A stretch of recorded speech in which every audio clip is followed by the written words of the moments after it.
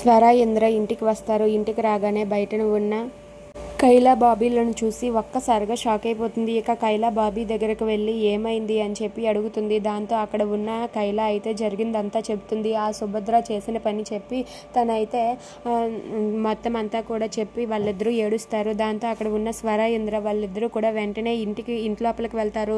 ఇక ఇంద్ర వాళ్ళ ఇంట్లోపలికి వెళ్ళి, పిన్ని ఏం చేస్తున్నావో అర్థమవుతుందా నీకు? అసలు వాళ్ళిద్దరిని ఆ వాష్రూమ్లోనికి ఎందుకు వెళ్ళొద్దన్నావు? వాళ్ళు ఆ గదిలోనే ఉంటే వాష్రూమ్ యూజ్ చేసుకుంటారు కదా, నువ్వు ఇలా ఎందుకు చేసావు పిన్ని అని చెప్పి ఇంద్ర వాళ్ళ పిన్నిని నిలదీసి అడుగుతూ ఉంటాడు. ఆ మాట వినగానే స్వర అయితే, అంటే మీరు అంటున్నది ఏంటి ఇంద్ర గారు? అంటే ఆ పిల్లలు ఆ గదికి మాత్రమే పరిమితం అవ్వాలి, ఇంకెటువైపు రాకూడదు.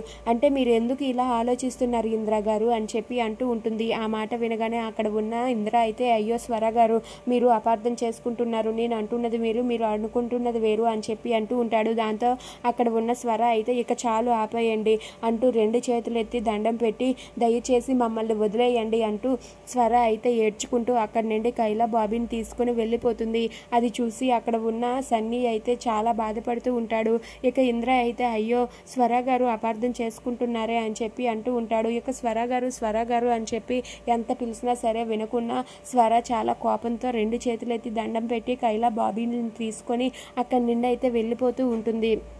ఇక అది చూసి ఇంద్ర అయితే చాలా బాధపడుతూ ఉంటాడు.